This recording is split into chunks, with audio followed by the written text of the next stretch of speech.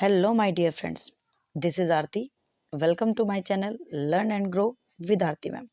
So friends, कैसे हैं आप सभी? आई होप आप सभी स्वस्थ होंगे, ज़बरदस्त होंगे और इसी के साथ आप अपने आने वाले एग्जाम्स की तैयारियां कर रहे होंगे. ठीक है, तो डियर फ्रेंड्स, जैसा कि मैंने कहा था, कल मैंने जो वीडियो डाली थी तो मैंने कहा था कि अब उसमें टाइम वेस्ट हो चुका है ना, और वीडियो जो है वो लेट हो जाएगी. अब लेट हो जाएगी तो लेट होते होते वो इतनी लेट हो गई कि अगर 10 बजे आप वीडियो को डाल रहे हो तो कोई फ़ायदा नहीं है ना? कोई फ़ायदा नहीं होता, क्योंकि मोस्ट ऑफ द स्टूडेंट्स जो है, अब टाइम भी ऐसा है. हाँ, हो सकता है काफ़ी स्टूडेंट्स आप में से लेट नाइट तक पढ़ते हों, लेकिन अगर बात करें तो मुझे लगा कि अब टाइम ठीक नहीं है, इसीलिए ये वीडियो मैं मॉर्निंग में डाल रही हूँ. ओके, सो कोई फ़र्क नहीं पड़ता उस बात से कि मॉर्निंग में डले या इवनिंग में डले, आपके लिए वीडियो आ गई. अब ये जो सीरीज़ है ना, ये जो हमने पेडागोजी की, सीडीपी की, इसकी जो सीरीज़ मैंने स्टार्ट की है, ये बहुत इम्पोर्टेंट है, बहुत इम्पोर्टेंट है. इसके जो क्वेश्चंस हैं, जिन स्टूडेंट्स ने प्रीवियस सीरीज़ देखी है, उन्हें पता है. इसमें आपकी पेडागोजी भी स्ट्रॉन्ग हो रही है, उसके साथ-साथ आपका कंटेंट भी स्ट्रॉन्ग हो रहा है. ओके, तो और देखिए, अगर हम बात करें पेडागोजी की, तो पेडागोजी में काफ़ी जो टॉपिक होते हैं, वो आपके सीडीपी वाले ही होते हैं. तो जब मैं पेडागोजी आपको करवाऊँगी, तो वहाँ पे ये वाले टॉपिक हम रिपीट नहीं करेंगे. ठीक है? और काफ़ी चीज़ें इसमें जो है आज आपकी क्लियर हो जाएँगी. तो इस सीरीज़ को प्लीज़ आप एंड तक ज़रूर देखा करें. उसके साथ-साथ आपके कमेंट्स जो होते हैं, उसके लिए थैंक यू वेरी मच, और मुझ पर जो आपका फ़ेथ है, उसके लिए अगेन थैंक यू. आपके कमेंट्स मुझे सच में मोटिवेट करते हैं कि मैं आप सबके लिए काम करूँ. सीरियसली, बहुत मोटिवेट करते हैं, है ना? आज मुझे नाम तो किसी का ध्यान नहीं है, बट सच में रियली बहुत अच्छे कमेंट्स थे. आई थिंक एक दीपांशु थे, और कुछ कमेंट्स तो इतने पर्सनली बहुत अच्छे लगते हैं. मतलब आप इस तरह से उन कमेंट्स को लिखते हो, सच में छू जाते हैं बिल्कुल दिल को. बहुत अच्छे लगते हैं, और इसीलिए मन करता है कि हाँ, आपकी जो डिमांड्स होती हैं, आपके लिए मैं कुछ भी कर पाऊँ, है ना? तो मैं काम करती हूँ आपके लिए. ओके, एक लड़की थी, उसका नाम मुझे याद नहीं आ रहा, वो कह रही थी कि मैम पीआरटी के लिए वीडियो बनाइए. तो डियर, मैं आपको बताऊँ, मोस्ट ऑफ द कंटेंट तो पीआरटी के लिए ही होता है. जो कॉमन है ना, वो पीआरटी के लिए भी है, टीजीटी के लिए भी है और पीजीटी के लिए भी है. अब ये वाली सीरीज़ है जो सीडीपी एंड पेडागोजी, ये पीआरटी के लिए भी है, टीजीटी के लिए भी है और पीजीटी के लिए भी है. ठीक है? तीनों लेवल के लिए ही. ओके, उसके साथ-साथ जो हिंदी की है, आपकी इंग्लिश की है, रीज़निंग है, हरियाणा जीके है, वो सब किसके लिए है? वो सब आपके लिए है. ठीक है ना? बचा क्या? अगर ओनली एंड ओनली पीआरटी की बात करें सब्जेक्ट, तो वो बचा आपका मैथ्स एंड ईवीएस. ठीक है? जैसे कि मैंने आपको बताया, मेरा सब्जेक्ट है इंग्लिश, है ना? लिटरेचर, जो कि मन्नत हर वीडियो में कमेंट करती है, और मन्नत सच में मैं आपका कमेंट पढ़ती हूँ, और मैं उसके लिए कोशिश भी कर रही हूँ. बट ये जो कॉमन पार्ट है, मैं इस पे ज़्यादा फ़ोकस रखती हूँ, क्योंकि देखिए, मैंने आपको स्ट्रैटेजी बताई थी. उस स्ट्रैटेजी में मैंने आपको बताया था कि अगर कॉमन पार्ट आप बहुत अच्छे से कर लेते हैं, तो सब्जेक्ट में अगर आप 26 टू 30 भी मार्क्स लाते हैं, तो भी आपका एस्टेट अच्छे लेवल से पास हो जाता है, क्वालीफाई हो जाता है. ठीक है? सिर्फ़ इसीलिए कॉमन पार्ट पे ज़्यादा फ़ोकस है. बाकी डोंट वरी, मैं करूँगी मैनेज उन वीडियोज़ को भी. ठीक है ना? और मंजू, आप भी, आपके लिए भी मैं ज़रूर कहूँगी, आप हर वीडियो में कमेंट करते हो टीजीटी एसएसटी के लिए. तो कल भी शायद आपका कमेंट था जिसमें आप बुक पूछ रहे थे. तो देखो, ये मेरा सब्जेक्ट नहीं है ना, और मैं कुछ भी आपको नाम बता दूँ तो ये मेरा मन गवाही नहीं देता. मैं आपके लिए बुक सर्च करूँगी, और जो सच में ऑथेंटिक और सच में अच्छी बुक होगी, जिससे आपको सच में हेल्प मिलेगी, वो बुक मैं आपको रिकमेंड करूँगी. ओके, इसीलिए मैंने आपके कमेंट पे रिप्लाई नहीं किया, क्योंकि एज़ सच अभी मेरे पास कोई ऐसी बुक नहीं है, ना माइंड में, और ना मैंने वैसे, अगर मैं वैसे भी सर्च करती तो शायद मुझे नहीं मिल पाती. तो उसके लिए स्पेशली मैं शॉप पर जाऊँगी, तो मैं वहाँ पे सर्च करूँगी, फिर मैं आपको बताऊँगी. ठीक है ना? तो तब तक आप वेट कर लीजिए, तब तक आप अपना जो बाकी टॉपिक्स हैं वो कवर कीजिए, और कॉमन पार्ट को स्ट्रॉन्ग कीजिए. ओके? चलिए, तो अब हम अपनी वीडियो को स्टार्ट करते हैं, चलते हैं नेक्स्ट स्क्रीन पर। और हाँ, जो स्टूडेंट्स नए हैं वो चैनल को सब्सक्राइब कर लें और व्हाट्सएप चैनल से ज़रूर ज्वाइन कर लेना, क्योंकि जो पीडीएफ है ये मैं वहाँ पे शेयर करती हूँ। ओके, वीडियो देखने के बाद आप वहाँ पर जाकर जो है खुद से भी इन क्वेश्चंस को प्रैक्टिस किया करो, ताकि आपका कॉन्फिडेंस बिल्ड हो। ठीक है, चलते हैं नेक्स्ट स्लाइड पर।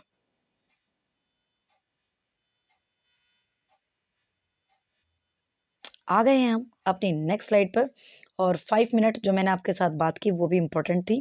आप स्पीड को अपने हिसाब से मैनेज कर सकते हो, और कोई बात आपको ऐसी लगे कि आपको नहीं सुननी तो आप उसे स्किप भी कर सकते हो। बाकी एक एक शब्द मेरे मुंह से निकला हुआ वो आपके लिए होता है।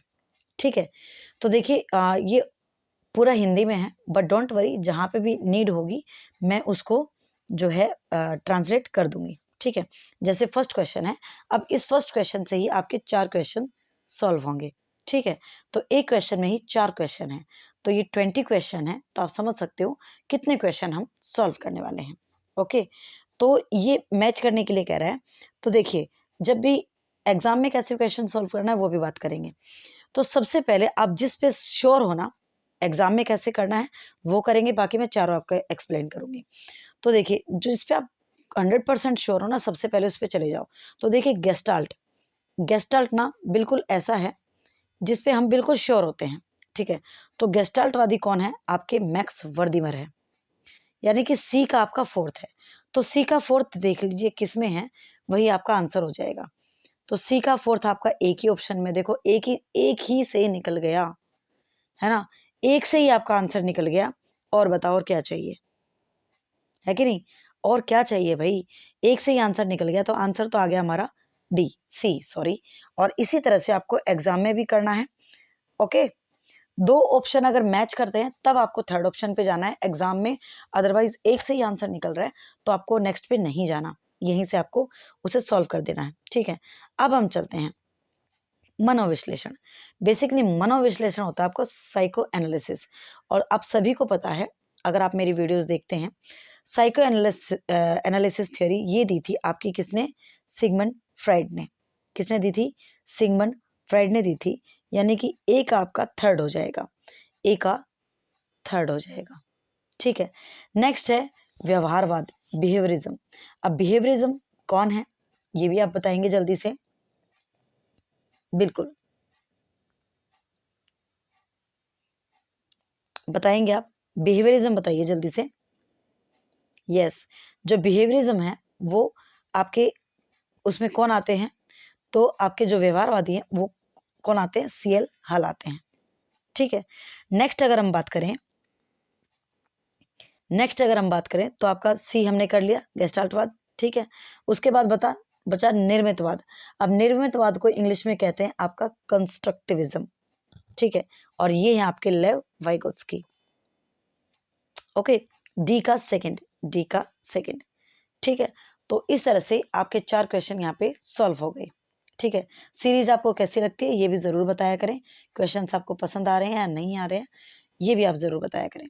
तो यहीं से हम 8th क्वेश्चन भी देख लेते हैं, ताकि पीडीएफ यहीं पे सॉल्व होती चले। बच्चे के भाषा सीखने में, अब ये पेडागोजी है ना, यही पेडागोजी होती है। बच्चे के भाषा सीखने में मुद्रित समृद्ध परिवेश को लाभदायक माना जाता है। ऐसे परिवेश के निर्माण का सर्वश्रेष्ठ उदाहरण कौन सा है? अब समृद्ध परिवेश क्या होता है? बेसिकली ये होता है आपका, जैसे कि आपके पोस्टर्स होते हैं, है ना, आपके पोस्टर्स होते हैं, आपकी पिक्चर्स होती हैं, तो ये आपकी मुद्रित में आते हैं। ओके, तो बच्चों को मुद्रित पुस्तकें उपलब्ध कराकर, क्या अकेली पुस्तकें उपलब्ध कराने से काम चल जाएगा? नहीं चलेगा, आगे देखते हैं। रोचक कहानियां, कविताएं एवं बच्चों से संबंधित जानकारी कक्षा और विद्यालय की दीवारों पर लगाना। बिल्कुल, ये ऑप्शन हमें बहुत अच्छा लग रहा है, क्योंकि आपने देखा होगा, यदि आप में से बहुत सारे स्टूडेंट्स टीचर भी होंगे, कि स्कूल्स की दीवारों पर आप देखेंगे कि इस तरह की चीजें लगाई जाती हैं, है ना। बच्चे अट्रैक्ट होते हैं और वहां से बहुत कुछ सीखते भी हैं। ठीक है, तो ये ऑप्शन हमें ठीक लग रहा है, बाकी हम नेक्स्ट ऑप्शन भी चेक करेंगे। शिक्षकों को मुद्रित मैनुअल्स, हैंडबुक्स और गाइड बुक्स उपलब्ध कराना। शिक्षकों को आप उपलब्ध कराएंगे, हमें तो बेस्ट ऑप्शन चुनना है ना, तो ये तो नहीं है, हमें तो बच्चों का भला देखना है। बच्चों को सृजनात्मक कार्य के अवसर उपलब्ध कराना, जैसे अंगूठे से छपाई, स्क्रीन प्रिंटिंग एवं अन्य प्रिंटिंग गतिविधियां।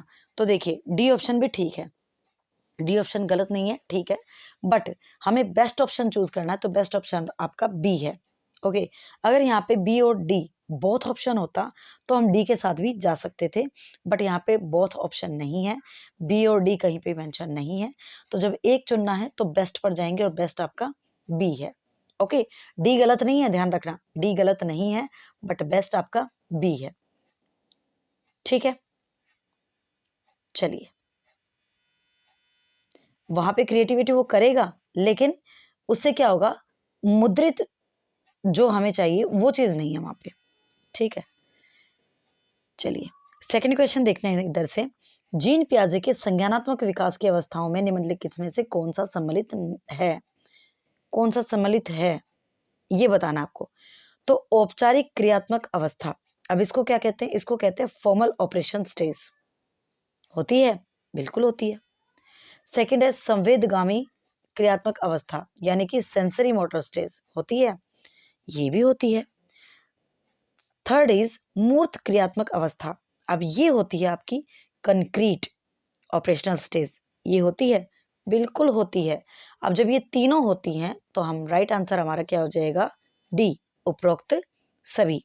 ठीक है, तो अब मुझे ये बताइए क्या हिंदी इंग्लिश का कोई इशू आ रहा है, नहीं आ रहा होगा, ठीक है, और फिर भी आता है तो प्लीज आप कमेंट बॉक्स में कमेंट करके जरूर बताएं। ओके, नाइन्थ है, जब विद्यार्थी महसूस करते हैं कि सीखने की गतिविधियों पर उनका नियंत्रण है, तब उनके अभिप्रेरणा का स्तर डैश जाता है और वे डैश विद्यार्थी बन जाते हैं। तो देखिए, जब क्या कह रहा है कि विद्यार्थी महसूस करते हैं कि सीखने की गतिविधि उनका नियंत्रण है, ठीक है, वो जो सीख रहे हैं उन पे उनका कंट्रोल है, अच्छे से वो सीख रहे हैं, और अभिप्रेरणा का स्तर कैसा होगा, जब उनका कंट्रोल है कि वो सीख रहे हैं तो कैसा होगा, बढ़ेगा, बिल्कुल बढ़ेगा। कम क्यों होगा भाई, बढ़ेगा, तो कम वाले ऑप्शन हम काट देंगे। ठीक है, बढ़ने वाले दो हैं, अब आगे देखते हैं। बढ़ जाता है और वे डैश बन जाते हैं, नियमित बन जाते हैं या निष्क्रिय बन जाते हैं, स्वनियमित बन जाते हैं या निष्क्रिय बन जाते हैं।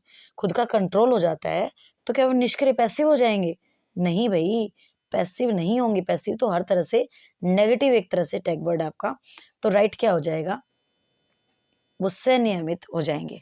ओके, तो राइट आंसर आपका क्या हो गया, ए हो गया। ठीक है, 10th इज बच्चे समाज में अपनी भूमिका को किन प्रक्रियाओं द्वारा सीखते हैं। तो किन प्रक्रियाओं द्वारा सीखते हैं, समाज में, समाज में की भूमिका है तो समाजीकरण तो होगा, बिल्कुल होगा, है ना, तो एक ही ऑप्शन में आपको समाजीकरण दिख रहा है तो आंसर तो हमें मिल गया। ठीक है, बट बात आती है इसके साथ वाले की, उत्संस्करण, ये क्या होता है, ये होता है सब्लिमेशन।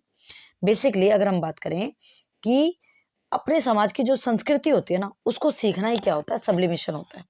ओके, तो अगर बात करें यहाँ पे ए ऑप्शन बिल्कुल राइट हो जाएगा, क्योंकि समाज में अपनी भूमिकाओं को किन प्रक्रियाओं द्वारा सीखा जाता है वो यहाँ पे हमें बताना था, जो कि ए ऑप्शन बिल्कुल राइट है।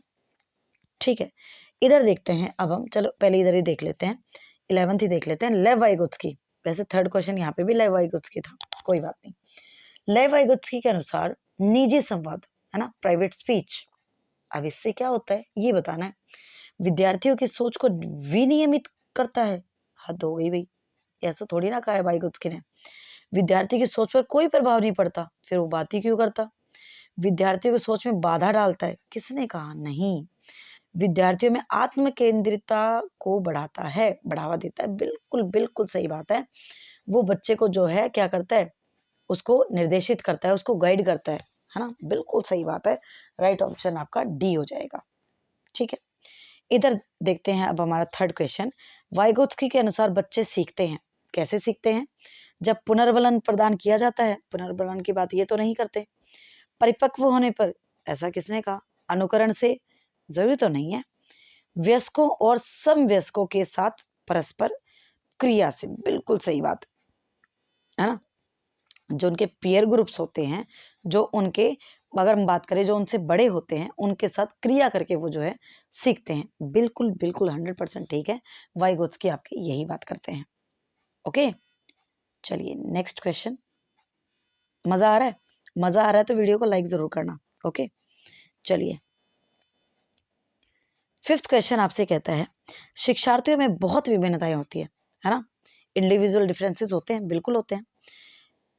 इनमें से किसके लिए शिक्षक को संवेदनशील होने की आवश्यकता है ना, किसके लिए जो है टीचर सोचेगा कि हाँ ये चीज होनी चाहिए। तो देखिए, संज्ञानात्मक क्षमताओं और सीखने के स्तरों पर आधारित भिन्नताएं, बिल्कुल होना तो चाहिए, है ना, बिल्कुल होना चाहिए। भाषा, जाति, लिंग, धर्म, इसमें तो बिल्कुल सेंसिटिव है ये तो, इस पे तो जरूर टीचर को जो है बिल्कुल सेंसिटिव होना चाहिए। तो अगर हम बात करें तो दोनों पे ही टीचर को सेंसिटिव होना चाहिए, दोनों के बारे में विचार करना चाहिए और सोचना चाहिए। तो 1 और 2 बोथ ऑप्शन हमारे हो जाएंगे यहाँ पे, ठीक है। अब इधर 12th क्वेश्चन हम देख लेते हैं, समावेशन को किससे बढ़ावा नहीं दिया जाता। इंक्लूसिव एजुकेशन हर बार पूछी जा रही है तो इम्पोर्टेंट है। इंक्लूसिव एजुकेशन बेसिकली होता क्या है? इंक्लूसिव एजुकेशन होता है सबके लिए शिक्षा। ये क्वेश्चन भी आपका प्रीवियस ईयर है। इंक्लूसिव एजुकेशन होता क्या है? तो बेसिकली सबके लिए शिक्षा, जब सबको आप एक साथ पढ़ाते हैं वही आपका इंक्लूसिव होता है। हर बच्चे की नीड के अकॉर्डिंग उसमें बच्चे को पढ़ाया जाता है, ठीक है। तो देखिए, नहीं बताना है कौन सा बढ़ावा नहीं देता। लचीला समूहन ये तो देगा, उचित समायोजन ये भी देगा, विविधि निर्देश ये भी देगा, बट नामीकरण और पृथक्करण करना, है ना, बच्चे को लेवल कर दिया, अलग कर दिया, अलगाव कर दिया, ये तो गलत है, ये तो नहीं देगा। तो राइट आंसर आपसे पूछा था नहीं, और डी आपका नहीं है, तो राइट आंसर आपका डी ही हो गया, ठीक है। चलिए नेक्स्ट क्वेश्चन इज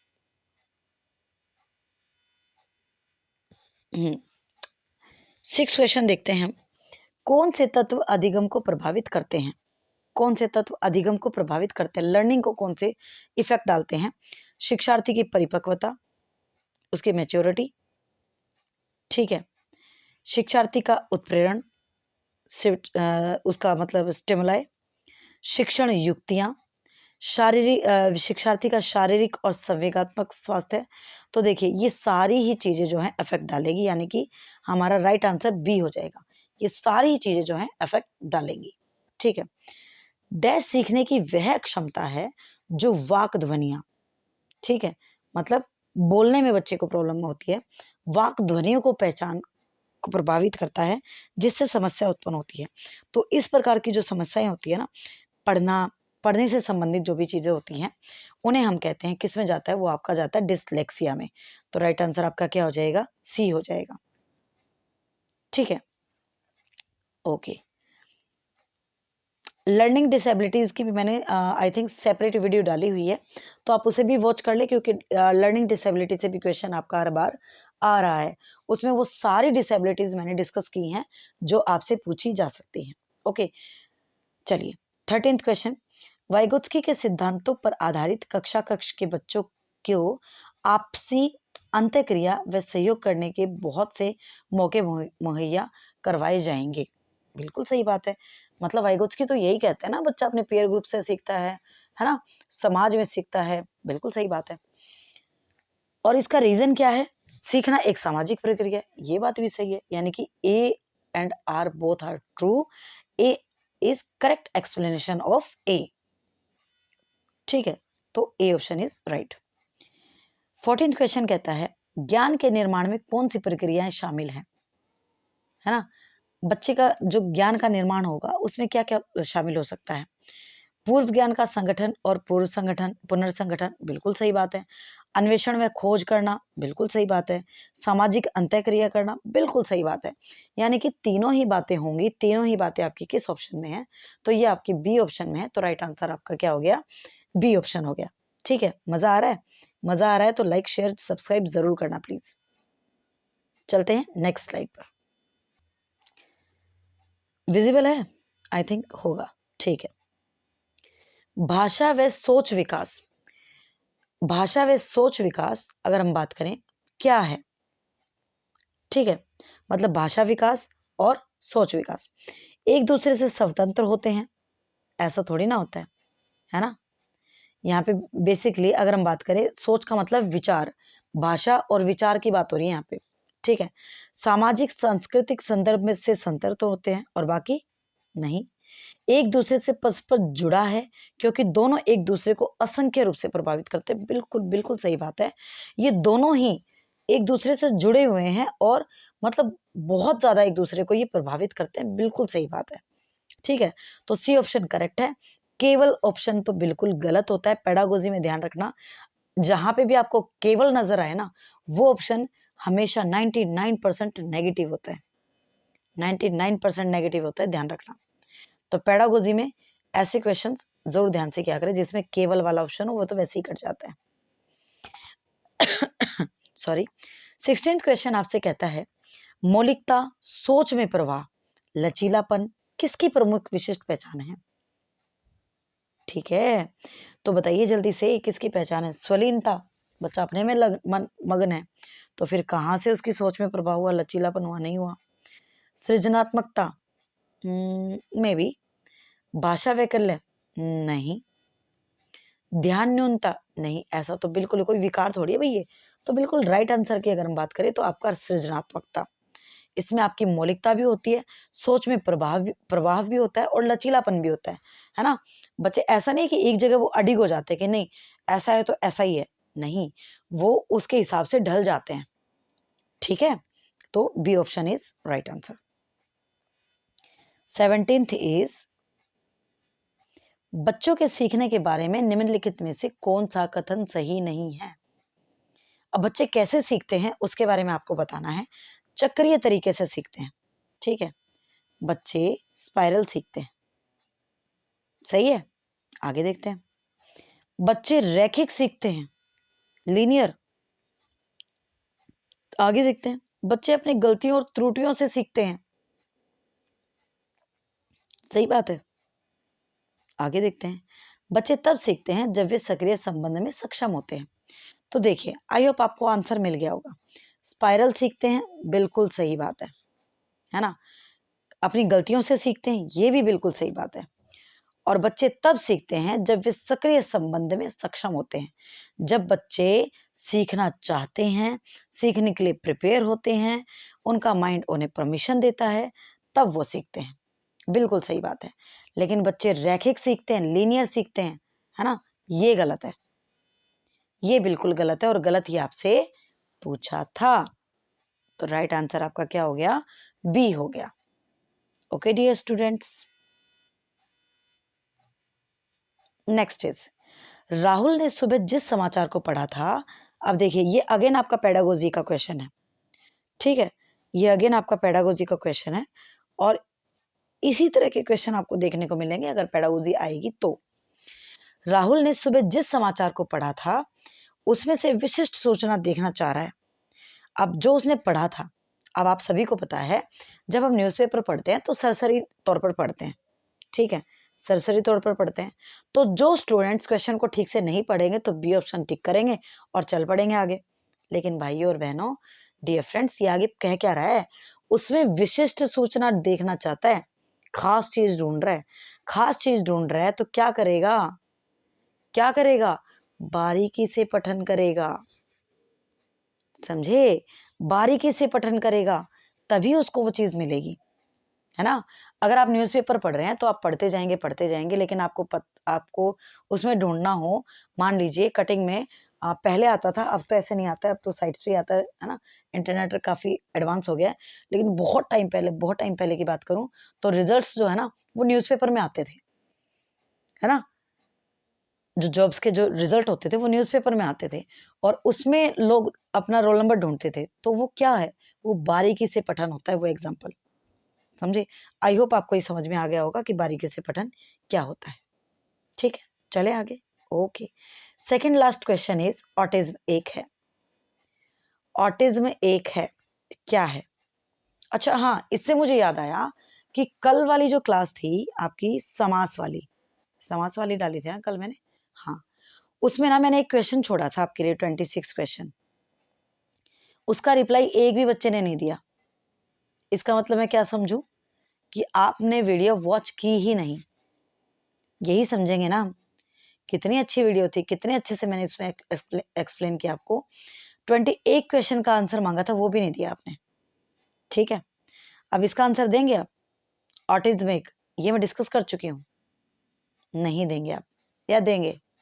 छोड़ू या बता दूं? छोड़ू या बता दूं? चलो बता देती हूँ, ठीक है। बट जो स्टूडेंट्स यहाँ से देख रहा है ना, यहाँ तक वीडियो देख रहा है, वो ये ध्यान रखे, अगली बार से ना आपके कमेंट पिन किया करेंगे, ठीक है। एक क्वेश्चन जिसका आप आंसर करेंगे सही तरीके से, उसको हम पिन करेंगे, ठीक है।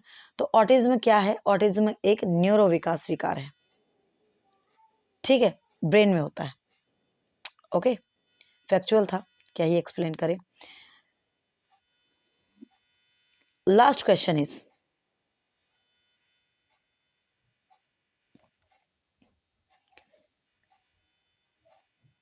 लास्ट क्वेश्चन इज, एक प्रभावी शैक्षिक रणनीति क्या है ना? एक प्रभावी, तो सीखने की प्रक्रियाओं पर शिक्षक का पूर्ण नियंत्रण। अगर टीचर का ही पूरा कंट्रोल रहेगा तो क्या वो जो एजुकेशन है और वो क्या पूरी तरह से प्रभावी रहेगी? नहीं रहेगी। संकल्पनात्मक मानचित्र बनाना व नई जानकारी को पूर्व जानकारी से जोड़ना, ये तो बात सही लग रही है हमें, है ना? कॉन्सेप्ट मैप बनाना और आपकी जो नई जानकारी है उसको पुरानी से जोड़कर पढ़ना, ये तो बात सही लग रही है हमें, सही लग रही है ना? आगे देखते हैं। जानकारी को गैर प्रासंगिक बनाना और उसे वियोजित टुकड़ों में याद करना, ये तो गलत है। अनर्थक वेदन व अभ्यास, बिल्कुल भी नहीं। राइट आंसर आपका क्या हो जाएगा? बी हो जाएगा। ओके, तो आज की वीडियो यहीं पर समाप्त होती है। और आपको कैसी लगी वीडियो कमेंट करके ज़रूर बताएं। चैनल पे नए हैं तो सब्सक्राइब कर दें और वीडियो पसंद आई हो तो लाइक भी कर देना। और उन स्टूडेंट्स के साथ ज़रूर शेयर करना जो स्टूडेंट्स बेचारे अगर मैं बात करूं बैच वगैरह अफोर्ड नहीं कर पाते हैं। मेरा चैनल आपको बैच वाली सारी चीज़ें प्रोवाइड करवा रहा है। ओके, और वो इन्फॉर्मेशन जो बिल्कुल सही है, सटीक है, वो आपको दे रहा है, ठीक है। Choice is your. ओके, तो चलिए मिलते हैं नेक्स्ट वीडियो में और लेट्स सी किस टॉपिक पे बनाएं, है ना? चलिए, आप सजेस्ट करना चाहें तो कमेंट्स में कर सकते हैं। कमेंट्स बॉक्स ओपन है आप सबके लिए, आपका जो मन करे आप उसमें लिख सकते हैं, ठीक है। रिव्यू दे सकते हैं, कुछ सजेशन दे सकते हैं, जिस टॉपिक पे वीडियो चाहिए आप वो टॉपिक सजेस्ट कर सकते हैं, और समथिंग समथिंग, ठीक है। चलिए, okay, bye, take care, have a nice day.